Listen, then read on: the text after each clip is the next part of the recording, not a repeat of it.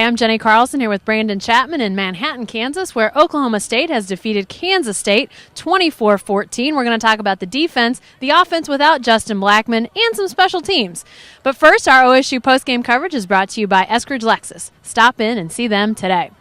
Brandon, let's talk first of all about the Oklahoma State defense. A week ago, torched against Nebraska. Today, you could say these guys won the game. Yeah, no doubt. The OSU defense, obviously, they weren't real happy with some of the things that were being said about them, and rightfully so. I mean, Nebraska came out and had a great game against them, but today they came out and slowed down Daniel Thomas. He ended up with over 100 yards, but he only had around 3 yards to carry, and they really were able to shut down that Kansas State run game and kind of keep the Cowboys in the game when the offense was moving the football but not necessarily finishing some of those drives.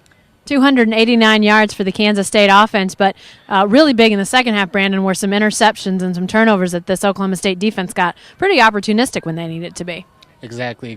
The defense in the first half, they were just stopping them. They weren't necessarily taking away the football. In the second half, they started taking away the football, getting some interceptions, and Johnny Thomas gets a huge interception back here and runs it back for a touchdown, which ended up being a key because it kind of stretched the lead out a little bit and put the Wildcats in a position where they couldn't really run the football or anything anymore. They had to constantly throw the football. So that was one of the key plays. And at that point, after Johnny Thomas makes that play, you pretty much know that the Cowboys are going to leave Manhattan with a W.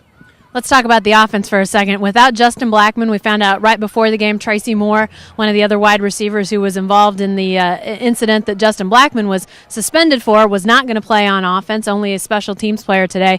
Talk about the offense. What impressed you about the Cowboys without two of their better wide receivers? Yeah, that was the thing. Even though you're missing the number one receiver in the nation in Justin Blackmon, you're still able to move the football. You're still able to have some success offensively.